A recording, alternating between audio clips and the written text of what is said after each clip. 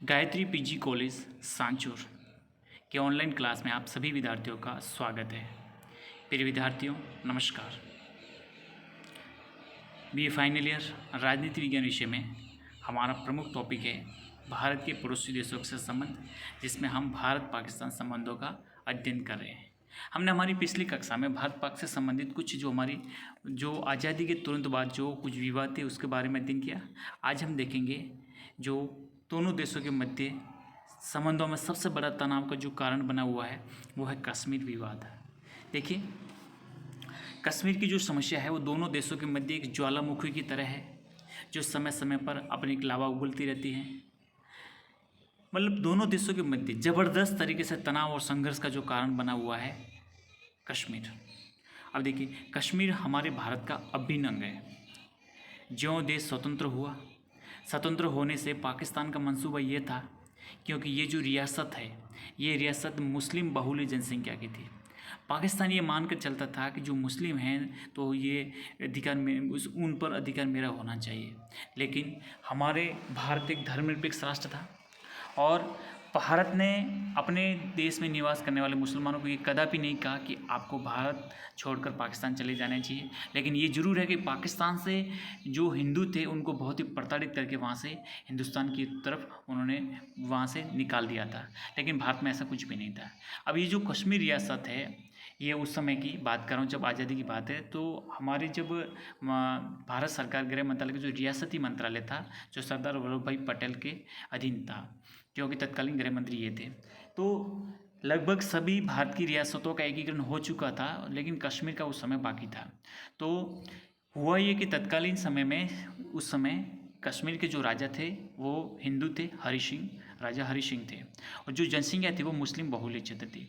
अब जब ये कश्मीर पाकिस्तान में नहीं मिला तो पाकिस्तान की सेना ने कबायलियों का अपना वेशभूषा पहनकर कश्मीर पर आक्रमण कर लिया। ठीक है, जम्मू एंड कश्मीर पर अटैक किया, आक्रमण किया। तो फिर तत्कालीन हरि सिंह ने दिल्ली आकर भारत सरकार से सहायता मांगी और विलय पत्र पर हस्ताक्षर कर दिए। ठीक है, तब फिर भारत सरकार की सेना वहाँ गई और इन सभी कबायलियों को खदेड़ते उनको बिल्कुल वहाँ भेज दिया। लेकिन फिर हमारे क्योंकि अपने भारत के प्रधानमंत्री पंडित नेहरू को और हम संयुक्त राष्ट्र संघ के एक संस्थापक सदस्य थे, संयुक्त राष्ट्र संघ के प्रति हमारा अगाध विश्वास था। तो ऐसे कई कारण थे कि हमने तत्कालीन समय में उचित समझा कि इस समस्या का समाधान संयुक्त राष्ट्र संघ के माध्यम से किया जा सके। तो हम संयुक्त राष्ट्र संघ के सुरक्षा परिषद की गुहार लगाई और जब तक ये निर्णय दिया तब तक कि भारत की सेना ने खदेड़ते काफ़ी क्षेत्र तक उनको भगा, अपने पीछे की तरफ पाकिस्तान की सेना को कर दिया था। लेकिन जब वहाँ पर संयुक्त राष्ट्र जो आयोग बना और उसने जब ये प्रकार से युद्ध विराम और युद्ध बंद करने का जो समझौता हुआ, उसमें हमारा काफ़ी 1/3 हिस्सा जो POK के नाम से जाना जाता है, पाक ऑक्यूपाइड कश्मीर, पाक अधिकृत कश्मीर, जो पाकिस्तान के अंतर्गत रह गया था। उसके बाद से यूँ देखते हैं कि पाकिस्तान अनवरत रूप से, क्योंकि उसने 1965 के युद्ध देखिए, 1971 का युद्ध देखिए और करगिल संघर्ष, ये सब कुछ देखने के बाद उसको एहसास हो गया कि मैं हिंदुस्तान से जीत तो नहीं सकता, लेकिन अनवरत रूप से हिंदुस्तान को आए दिन आतंकवादी घटना है या और भी किसी न किसी प्रकार से आंतरिक हस्तक्षेप द्वारा हिंदुस्तान को मैं अंदरूनी तौर पर आंतरिक मामलों में हस्तक्षेप करके इस प्रकार से मैं हरकतें करता रहूँ ताकि उसमें शांति स्थापित न हो सके। और कश्मीर के अंदर उग्रवादियों को, अलगाववादियों को इस प्रकार से हर एक प्रकार से सहायता प्रदान करके ये एक प्रकार का तनाव का कारण बनाए रखना चाहता है। इसलिए ये जो समस्या है वो ज़बरदस्त एक ज्वालामुखी की तरह है जो समय समय पर कहीं न कहीं प्रकार से अपना लावा उगलती रहता है, मतलब संघर्ष को तब्दील करने में पाकिस्तान ये इस पर तुला रहता है। अलाप माइकल के शब्दों में कहें कि कश्मीर समस्या अनिवार्यतः भूमि या पानी की समस्या नहीं बल्कि ये लोगों और प्रतिष्ठा की समस्या बन चुकी है। कश्मीर की समस्या भारत और पाकिस्तान के बीच सबसे उलझी हुई समस्या है। स्वतंत्रता के बाद जब भारत और पाकिस्तान 2 नए राज्य बने, वही देशी रियासतें एक प्रकार से स्वतंत्र हो गई। ब्रिटिश सरकार ने घोषणा की कि देशी रियासतें अपनी इच्छानुसार भारत या पाकिस्तान में विलय हो सकती हैं। अधिकांश रियासतें भारत और पाकिस्तान में मिल गई, उनकी कोई समस्या उत्पन्न नहीं हुई। भारत के लिए हैदराबाद, जूनागढ़ अवश्य समस्या उत्पन्न कर दी थी, लेकिन तुरंत ही उनका शीघ्र ही समाधान ढूंढ लिया गया। कश्मीर की स्थिति कुछ विशेष प्रकार की थी कि भारत का उत्तर पश्चिमी सीमा पर स्थित यह राज्य भारत और पाकिस्तान दोनों को जोड़ता था और यहाँ की जनसंख्या बहुसंख्यक भाग मुस्लिम धर्मी थी, परंतु यहाँ का जो आनुवंशिक राजा था वो हिंदू राजा था। अगस्त 1947 में कश्मीर के शासक ने अपने विलय के विषय में कोई तात्कालिक निर्णय नहीं लिया।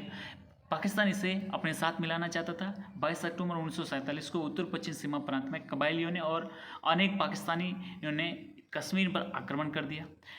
पाकिस्तान ने अपनी सीमा पर सेना का जबरदस्त तरीके से जमाव किया। 4 दिनों के भीतर हमला और आक्रमणकारी श्रीनगर से 25 मील दूर बारामूला तक जा पहुंचे। 26 अक्टूबर को कश्मीर के शासक ने आक्रमणकारियों से अपने राज्य को बचाने के लिए भारत सरकार से सैनिक सहायता की मांग की। साथ ही कश्मीर को भारत में सम्मिलित करने के लिए प्रार्थना की। भारत सरकार ने इस प्रस्ताव को स्वीकार कर लिया। 27 अक्टूबर को भारतीय सेना कश्मीर में भेज दी गई तथा युद्ध समाप्ति पर जनसंग्रह की शर्त के साथ कश्मीर को भारत का अंग मान लिया गया।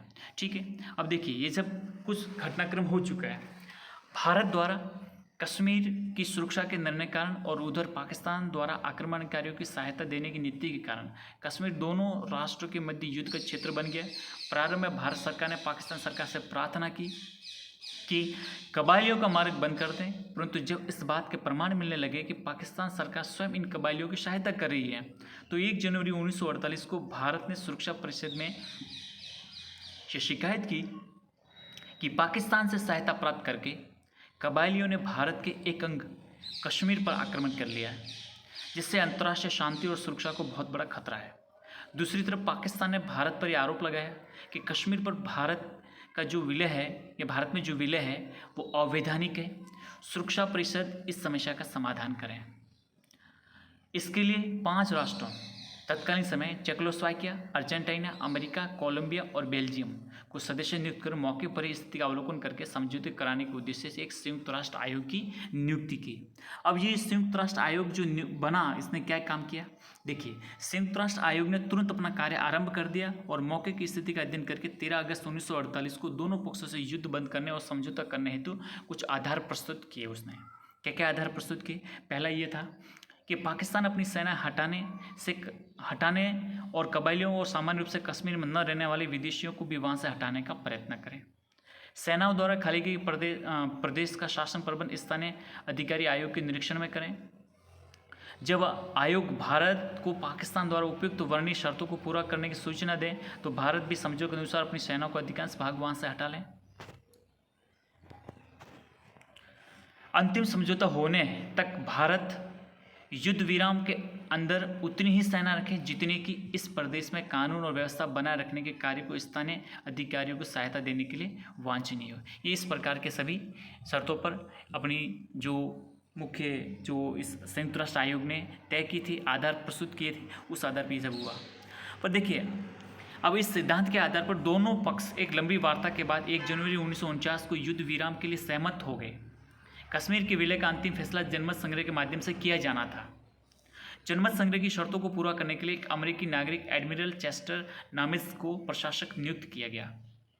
उन्होंने जनमत संग्रह के संबंध में दोनों पक्षों से बातचीत की, किंतु उसका कोई परिणाम सार्थक नहीं निकला। अंत में उन्होंने अपना पद से त्यागपत्र दे दिया। युद्ध विराम रेखा निर्धारित होने पर पाकिस्तान के हाथ में कश्मीर का 32,000 वर्ग मील क्षेत्र रह गया था। इसकी जनसंख्या 7 लाख थी। पाकिस्तान इस क्षेत्र को आज़ाद कश्मीर कहता है। युद्ध विराम रेखा इस पर भारत के अधिकार का 53,000 वर्ग मील क्षेत्र था, जिसकी जनसंख्या 33 लाख थी। नेहरू जनमत संग्रह के लिए तैयार थे। संयुक्त राष्ट्र संघ ने यह शर्त लगाई थी पाकिस्तान द्वारा हस्तगत क्षेत्र जब पाकिस्तान सेना और कबायली पूर्णतः हट जाएंगे तभी जनमत संग्रह होगा। मतलब जब तक ये पाकिस्तान जो अपने क्षेत्र में पीओके जिसको कहते हैं, पीओके जब तक खाली नहीं करता है तब तक किसी प्रकार का जनमत संग्रह नहीं होगा। अब पाकिस्तान आज़ाद कश्मीर से अपनी सेना हटाने के लिए तैयार न था। बिना सेना हटाए जनमत संग्रह हो नहीं सकता था। पाकिस्तान ने अमेरिका को 1954 में सैनिक संधि कर ली और 1955 में बगदाद पैक्ट, जिसको सैंटो कह सकते हैं, का भी वो सदस्य बन गया। उसने अपने कुछ सैनिक अड्डे अमेरिका को दे दिए। इससे भारत ने खतरा महसूस किया। भारत का मत था कि पाकिस्तान कश्मीर के लिए अपनी शक्ति बढ़ा रहा है तथा परिवर्तित अंतर्राष्ट्रीय परिस्थितियों में जवाहरलाल नेहरू ने अपनी कश्मीर नीति में परिवर्तन कर लिया। उन्होंने ये तय किया कि अब कश्मीर में जनमत संग्रह संभव ही नहीं है। इस समय सोवियत संघ का कश्मीर के प्रश्न पर भारत को समर्थन मिल गया, जिससे भारत की स्थिति मजबूत हो गई। उसका भी अंतर्राष्ट्रीय जगत तथा सुरक्षा परिषद में एक शक्तिशाली मित्र हो गया। 1950 में देखते हैं कि पंडित नेहरू ने पाकिस्तान से युद्ध वर्जन संधि नो वॉर पैक्ट करने का प्रस्ताव रखा, परंतु पाकिस्तान ने उसे ठुकरा दिया। 6 फरवरी 1954 में कश्मीर की संविधान सभा ने एक प्रस्ताव पारित करके जम्मू कश्मीर राज्य का विलय भारत में होने की पुष्टि कर दी। भारत सरकार ने संविधान संशोधन करके 14 मई 1954 में अनुच्छेद 370 के अंतर्गत कश्मीर को विशेष राज्य का दर्जा दिया। 26 जनवरी 1957 को जम्मू कश्मीर का संविधान लागू हो गया और उसके साथ ही जम्मू एंड कश्मीर भारत राज्य का भारतीय संघ का एक अभिन्न अंग हो गया। ठीक है, अब देखिए, ये तो मैंने आपको पूरी एक ऐतिहासिक पृष्ठभूमि से अध्ययन करवाया कि ये सब कुछ घटनाक्रम हुआ। उसके बाद देखिए किस प्रकार से ये समस्या आगे बढ़ती जा रही है। इसके बाद भी पाकिस्तान बार बार कश्मीर का मुद्दा उठाता रहा, प्रश्न उठाता रहा। 2 जनवरी 1957 को सुरक्षा परिषद में भी इस प्रश्न को उठाया। ब्रिटेन, फ्रांस, अमेरिका ने सुरक्षा परिषद में पाकिस्तान का समर्थन करते हुए कहा कि कश्मीर में संयुक्त राष्ट्र के तत्वाधान में जनमत संग्रह कराया जाए और संयुक्त राष्ट्र संघ की आपात सेना वहाँ भेजी जाए। भारत ने इस प्रस्ताव का घोर विरोध किया। भारत के समर्थन में सोवियत संघ के इस प्रस्ताव का वीटो का प्रयोग किया गया।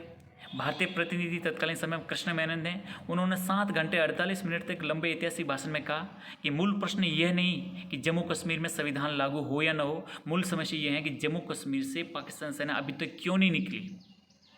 1962 में सुरक्षा परिषद में पाकिस्तान ने कश्मीर में आत्मनिर्णय की मांग दोहराई। यह प्रस्ताव को सोवियत संघ में वीटो द्वारा समाप्त कर दिया गया। जब जब मौका मिलता है पाकिस्तान कश्मीर के प्रश्नों को उठाता रहता है। मार्च 1983 में नई दिल्ली में आयोजित 7वें गुटनिरपेक्ष सम्मेलन में जनरल जिया ने कश्मीर को एक विवादास्पद मुद्दा बताया। सितंबर 1992 में गुटनिरपेक्ष शिखर सम्मेलन जकार्ता में पूर्ण अधिवेशन में पाकिस्तानी प्रधानमंत्री नवाब शरीफ ने कश्मीर मुद्दे को फिर से उठाया। पाकिस्तान ने कश्मीर मुद्दे का अंतर्राष्ट्रीयकरण करना और सांप्रदायिक रंग देने का अपना अभियान जारी रखा है और आज भी जारी है। संयुक्त राष्ट्र मानवाधिकार आयोग के 50वें अधिवेशन में पाकिस्तान ने जम्मू कश्मीर में मानवाधिकार की स्थिति पर एक प्रस्ताव लाने का निर्णय किया था और उस पर समर्थन जुटाने के लिए सक्रिय अभियान छेड़ा, लेकिन उसके बाद भी कई मित्रों ने के कहने पर यह प्रस्ताव वापस ले लिया।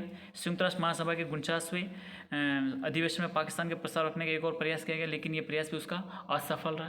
तो मतलब पाकिस्तान ये निरंतर ये चाहता है कि बस मैं हर समय जहाँ के भी वैश्विक मंच मिले कश्मीर का राग अलापा करता रहूँ।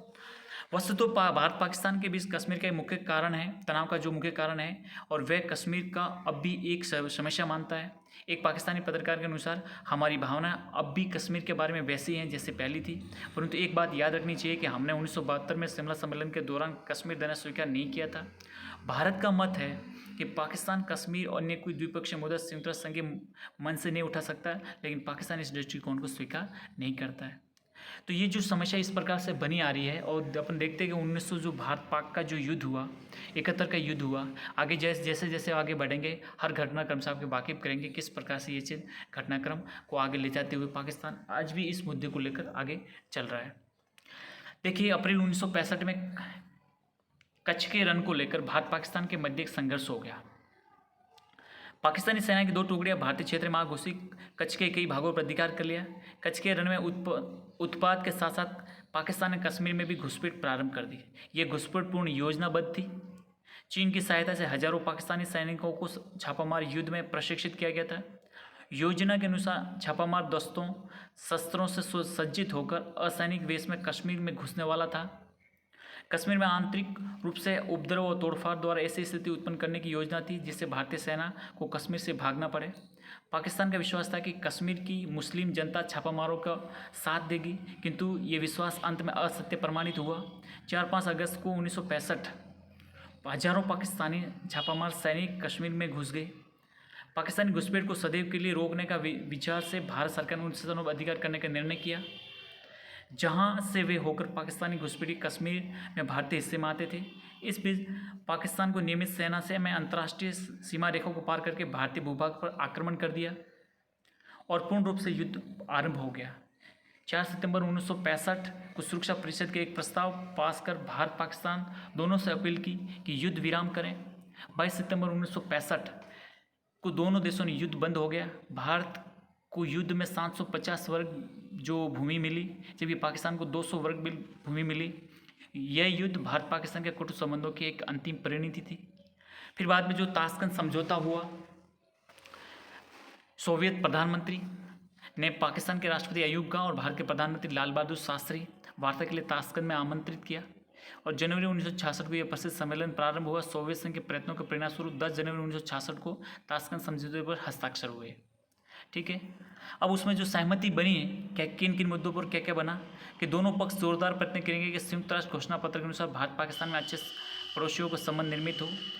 वे राष्ट्र संघ के घोषणा पत्र अंतर्गत पुनः दोहराते हैं, बल प्रयोग का सहारा न लेंगे, अपने विवाद को शांतिपूर्ण तरीके से हल करने का ढूंढने का काम करेंगे।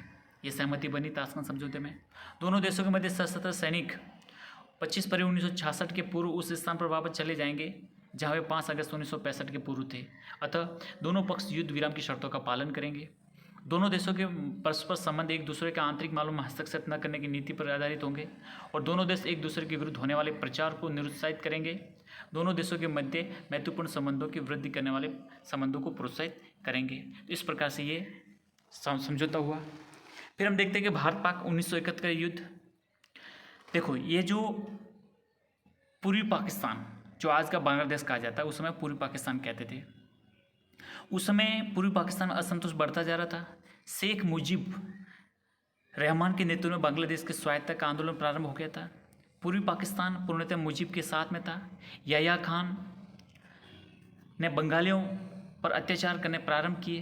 पूर्वी बंगाल का घोर अत्याचारों से घबराकर बंगाली घर बार सामान छोड़कर अपनी जान बचाने हेतु भारत की सीमा में प्रवेश करने लगे।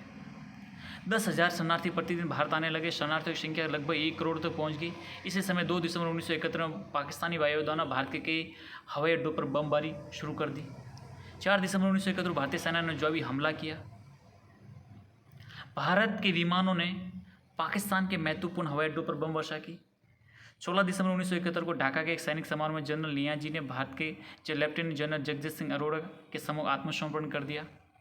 उनके साथ 93,000 सैनिकों ने भी अपने हथियार डाल दिए। उन्हें गिरफ्तार कर लिया गया। बांग्लादेश स्वतंत्र हो गया। भारत ने एक तरफा युद्ध विराम कर दिया। भारत ने इस युद्ध में पाकिस्तान की 6,000 वर्ग मील भूमि पर अधिकार कर लिया। पाकिस्तान ने जनरल याह्या के स्थान पर सत्ता जुल्फिकार अली भुट्टो के हाथ में आ गई और भुट्टो और श्रीमती गांधी के पत्र व्यवहार हुआ। 28 जून 1972 को शिमला में दोनों देशों के मध्य वार्ता होना तय हुआ। 3 जुलाई 1972 को दोनों देशों के मध्य एक समझौता हुआ। अब शिमला समझौते के आलोचकों को ये कहना है कि ये भारत का पाकिस्तान के समक्ष आत्मसमर्पण था। भारत के सैनिकों ने जिसे युद्ध के मैदान में जीता था, उसे पाकिस्तान मतलब भारत की कूटनीति ने शिमला में खो दिया। ठीक है, तो इस प्रकार से ये जो युद्ध हुआ, पाकिस्तान को हमने मात दी, पूर्वी पाकिस्तान को हमने स्वतंत्र करा दिया। पृथक एक स्वतंत्र बांग्लादेश के रूप में बांग्लादेश एक राष्ट्र का एक उदय हो गया। लेकिन शिमला समझौते में हमको काफ़ी कुछ कूटनीतिक यूँ कहें कि एक प्रकार से मात दे दी और यूँ कहें कि खामियाजा भुगतना पड़ा। ठीक है, फिर भी शिमला समझौते में भी जो शांतिपूर्ण सहस्तित्व की जो बात का उल्लेख किया था, लेकिन पाकिस्तान इस पर भी नहीं चला।